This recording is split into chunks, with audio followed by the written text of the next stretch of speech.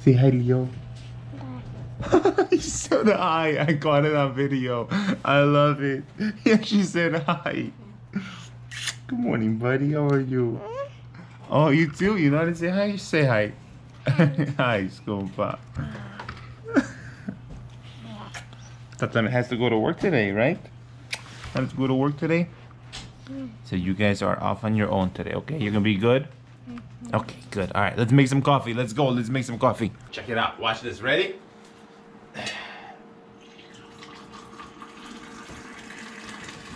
Woo!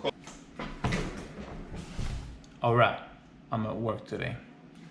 So I'm not exactly sure what we're gonna film today, because this is pretty uneventful.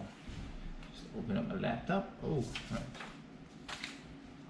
And then just type stuff up, answer emails, find stuff to do.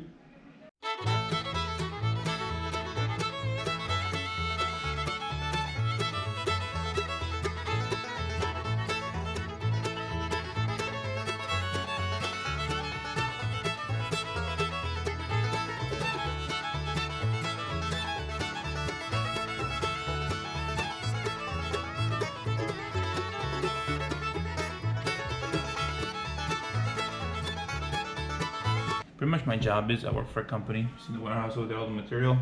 I work for a company where we do all the tiles, all the hardwood floors, and the countertops at the resorts and the hotels. Okay, my job is to project manage those jobs. And I'd say that's like 20% of my job. 80% of my job is to bid on new projects, to give prices for new projects. So we'll get the blueprints from a company, and then I'll put in my software and I'll just measure it. Just draw lines all day, measure it, get those quantities, plop those into Excel sheet, and then I just have to start calling everybody who has those materials and get pricing, figure out how much we're going to charge, and then we have a total project price, and we give that to the general contractor, who then tells us yes or no, you got the job. That's my job. Yeah, that's how excited I am about this job. And the crazy part is that apparently most people feel that way about their job too, which sucks, because I can't imagine doing this for years. I mean, I've been doing this now for what, 10 months, and I'm leaving in 2 weeks because, man, life is short.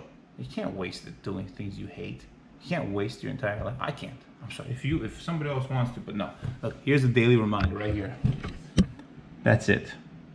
To remind myself, I need to not do that. Most men lead lives of quiet desperation and go to the grave with the song still in them.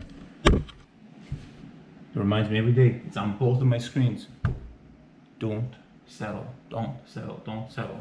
No quiet desperation. I'm not quiet about it. I gotta be loud about it. I gotta do something about it. So, because the video today is gonna be, how do you do something about it? Because it is so hard. It is so daunting. I can only imagine. No, I don't even have to imagine. I know how hard it is to quit something that you know is providing you with money. That's your only financial source, or that is your main financial source. And you have a family, you have a wife, you have a husband, or you have kids. It's daunting. So how do you do it? I'm gonna illustrate it with this little example. It's a stupid example, but it's going to send the message home. All right, watch. You see, not having a runway or living paycheck to paycheck is like this. That's what it's like when you don't have a runway, all right? You have nothing saved up. Saving up gives you the ability to do this.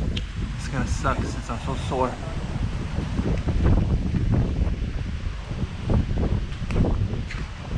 Wow, that was a fail. It gives you a little more, but a lot more actually. It's supposed to give you a little bigger advantage. Ow, my toe. You get the idea. If you have money saved up, you can go further.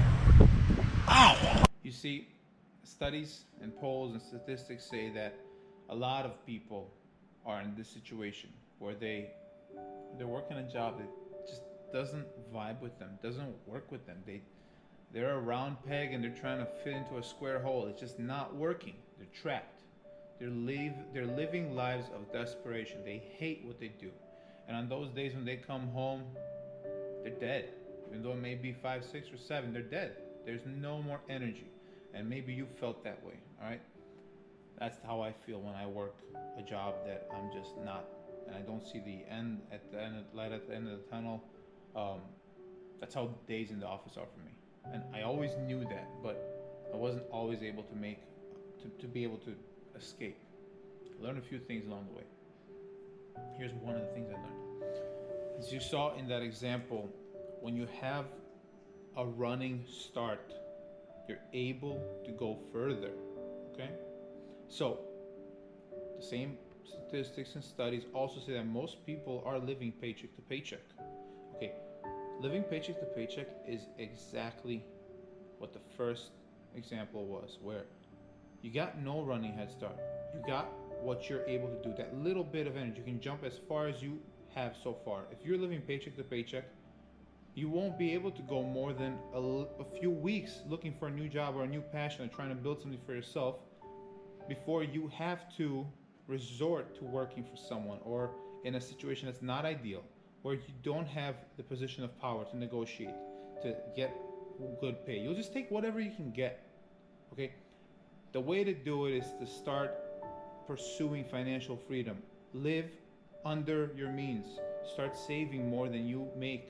Sorry, that doesn't make sense. Start saving. Start saving instead of spending, okay? Save as much as you possibly can save. Save for 3 to 6 to months to 12 months of a runway. You get that running room. Now you're able to jump further. Now you're able to really try. You can try a business for a year and live off of that savings. And I truly, truly believe that many of us have these amazing ideas and capabilities, potential in us, that when we were kids, we knew we had it. But somehow this system crushed those dreams. They're still in there. They're still in that song, like he said, Mr. Thoreau said, that song is still in you. Don't take it to the grave with you. You owe it to yourself to save, to stop spending on these dumb things that you don't need, and to be able to launch yourself into a career or a business or a position opportunity that suits you, that actually is what you were made for, that actually is your potential. So let that sink in a little bit. I know it did for me.